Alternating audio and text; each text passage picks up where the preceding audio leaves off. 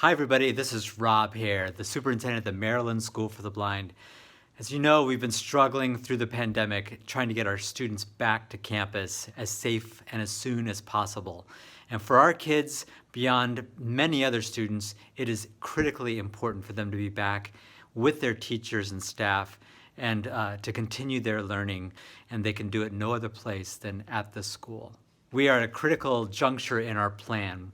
We are going to bring the first few groups back to campus, and those will probably include preschoolers and some of our elementary classrooms. To get them back on campus is enormously expensive, including PPE and masks and gloves and gowns that we're going to need for our students in order to keep everybody safe as possible, knowing that many of our students can't mask like a typical student might be able to. Through a collaboration with the Maryland Department of Health, we are able to secure all the testing supplies that we need to get us through the school year. But they are at a reduced rate through the buying power of the state of Maryland.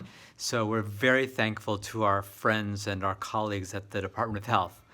However, the cost of each test is $33. We estimate that it's going to be over $200,000 to get us through the spring just for testing alone. So we're asking you for help. We have received a generous gift from a parent at our school. Every single dollar that you donate will be matched up to $25,000 and help us reach our goal of around $50,000 that we think it's going to cost. And we're asking everybody if you can pitch in and help us. We're applying for every resource that we can find through the Department of Ed, through CARES Act money. We're asking our local school systems for money. But every dollar helps, and if you can help in any way, please do.